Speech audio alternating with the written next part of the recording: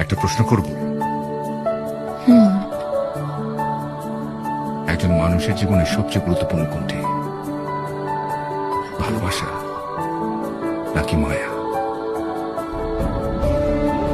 হঠাৎ এই প্রশ্ন কেন? বলো না। আমার তো মনে হয় ভালোবাসা। ভুল। মায়া। কিভাবে?